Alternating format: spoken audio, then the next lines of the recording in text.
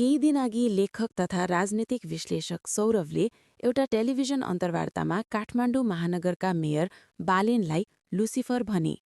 आखिर लुसिफर भनेको के हो र को हो त?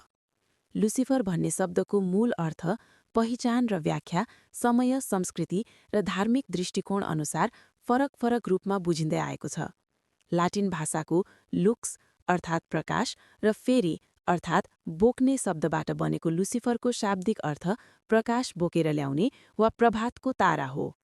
प्रारम्भिक रूपमा यो शब्द नकारात्मक थिएन, बरु बिहान सबेरै आकाशमा चम्किने शुक्र ग्रह भिनसलाई जनाउन प्रयोग हुन्थ्यो। तर यहुदी इसाई धार्मिक परम्परामा आएपछि लुसिफरको अर्थ र छवि पूर्णतः परिवर्तन भयो।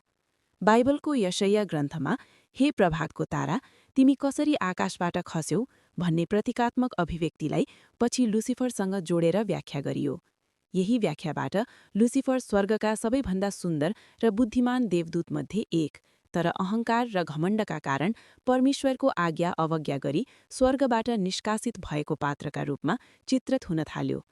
यसपछि लुसिफरलाई शैतान वा दुष्ट शक्तिको केही दिनअघि लेखक तथा राजनीतिक विश्लेषक सौरभले एउटा टेलिभिजन अन्तर्वार्तामा काठमाडौँ महानगरका मेयर बालेनलाई लुसिफर भने। आखिर लुसिफर भनेको के हो र को हो त? लुसिफर भन्ने शब्दको मूल अर्थ पहिचान र व्याख्या समय, संस्कृति र धार्मिक दृष्टिकोण अनुसार फरक फरक रूपमा बुझिँदै आएको छ। लाटिन भाषाको लुक्स अर्थात् प्रकाश र फेरी अर्थात् बोक्ने शब्दबाट बनेको लुसिफरको शाब्दिक अर्थ प्रकाश बोकेर ल्याउने वा प्रभातको तारा हो। प्रारम्भिक रूपमा यो शब्द नकारात्मक थिएन, बरु बिहान सबेरै आकाशमा चम्किने शुक्र ग्रह भिनसलाई जनाउन प्रयोग हुन्थ्यो। तर यहुदी इसाई धार्मिक परम्परामा आएपछि लुसिफरको अर्थ र छवि पूर्णतः परिवर्तन भयो। बाइबलको यशाया ग्रन्थमा हे प्रभातको तारा, तिमी कसरी आकाशबाट खस्यौ भन्ने प्रतीकात्मक अभिव्यक्तिलाई पछि लुसिफरसँग जोडेर व्याख्या गरियो। यही व्याख्याबाट लुसिफर स्वर्गका सबैभन्दा सुन्दर र बुद्धिमान देवदूतमध्ये एक, तर अहङ्कार र घमण्डका कारण परमेश्वरको आज्ञा अवज्ञा गरी स्वर्गबाट निष्कासित भएको पात्रका रूपमा चित्रित हुन थाल्यो। यसपछि लुसिफरलाई शैतान वा दुष्ट शक्तिको प्रतीक मानियो। इसाई धर्मशास्त्रमा ऊ परमेश्वर विरुद्ध विद्रोह गर्ने, मानिसलाई पापतर्फ उक्साउने र अन्धकारको प्रतिनिधि पात्र बनेको छ। तर सबै धार्मिक वा दार्शनिक धाराहरूले लुसिफरलाई एउटै रूपमा हेर्दैनन्। केही साहित्यिक र दार्शनिक कृतिहरूमा लुसिफर ज्ञान, स्वतन्त्र इच्छा र सत्ता विरुद्धको विद्रोहको प्रतीकका रूपमा प्रस्तुत हुन्छ।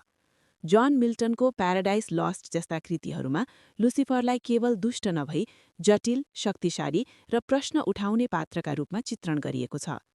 आधुनिक पप संस्कृति, टेलिभिजन सिरिज र सङ्गीतमा पनि लुसिफरलाई कहिले आकर्षक विद्रोही, कहिले अन्याय विरुद्ध उभिने पात्रका रूपमा देखाइन्छ। त्यसैले लुसिफर को हो भन्ने प्रश्नको उत्तर एउटै हुँदैन। धार्मिक दृष्टिले ऊ पतित देवदूत र शैतान हो भने भाषिक र ऐतिहासिक दृष्टिले ऊ प्रकाश र ज्ञानसँग जोडिएको शब्द हो र दार्शनिक रूपमा ऊ सत्ता, अहङ्कार, स्वतन्त्रता र विद्रोहको गहिरो प्रतीक हो। अन्ततः लुसिफर मानव चेतनामा बस्ने उज्यालो र अँध्यारो, आज्ञाकारिता र विद्रोह बीचको द्वन्द्वको प्रतिबिम्बका रूपमा बुझ्न सकिन्छ।